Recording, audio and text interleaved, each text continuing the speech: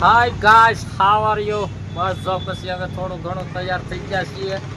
આ વૈદિકભાઈના સસમા ને અમારા જયભાઈ ને બધા આજે અમારે થોડીક ઓલું શું કહેવાય આપણે ભાઈ, શું છે અન્નપૂર્ણામાંનું વનભોજન છે ને વનભોજનમાં અમે રત્નેશ્વર મહાદેવ મંદિર જવાના છે. ગુપ્તપ્રયાગ દેલવાડાની બાજુમાં ગુપ્તપ્રયાગ અને એની બાજુમાં રત્નેશ્વર મહાદેવ મંદિર.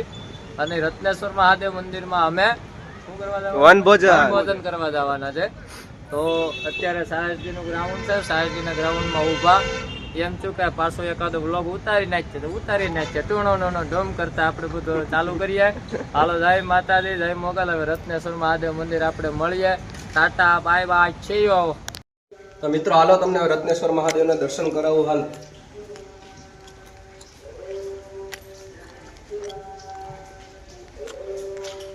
જયભાઈ જોજો એ પાણી ઢોળાય છે, પડતા નહીં.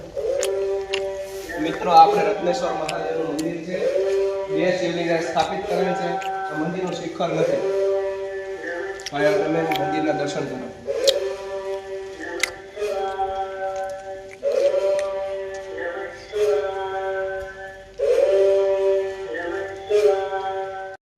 તો મિત્રો મહાદેવના મંદિર આવીને 2 લાઈન બોલવાનું મન થયું છે કે અકાલ મૃત્યુ હો મરે જો કર્મ કરે ચાંડા હલકા, કાલ भी उसका क्या करे जो भक्त हो महाकाल.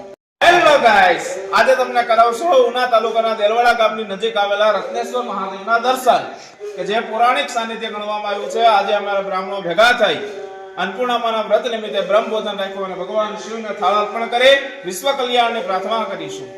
અને આ એટલું પૌરાણિક મંદિર છે, તમે જોઈ શકો છો કે આની ઉપર શિખર બનેલું નથી, કારણ કે ભગવાન શિવના મંદિર ઉપર શિખર નથી, કારણ કે ભગવાનને અહીંયા શિખર મંજૂર નથી. અને અહીંની ધાર્મિક ગાથાઓ કંઈક એવી છે કે ભગવાન શિવ અહીંયા રાત્રિના 12 વાગ્યા પછી આરતી પણ થાય છે. ઘણા બધા ભક્તજનો આરતીમાં જોડાય છે અને ભગવાન શિવનો મહિમા છે તે અત્યંત ગણવામાં આવ્યો છે.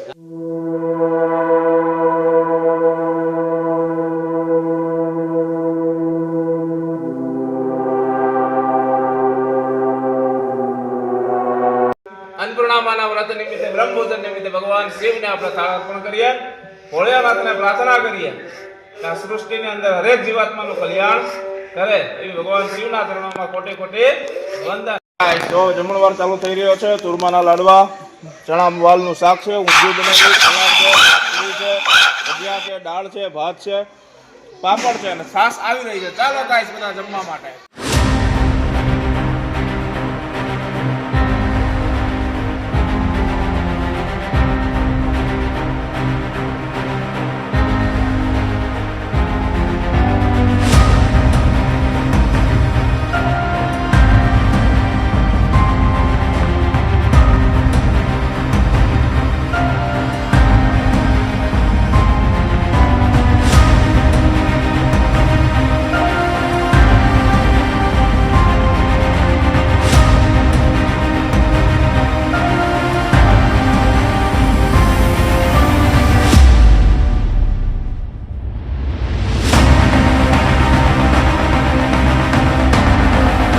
તો મિત્રો આપણે આજનો વ્લોગ અહીંયા જ પૂરો કરીએ છીએ. હવે મળીએ નવા લોકેશન ને નવા વિડીયો સાથે. જય માં મોગલ.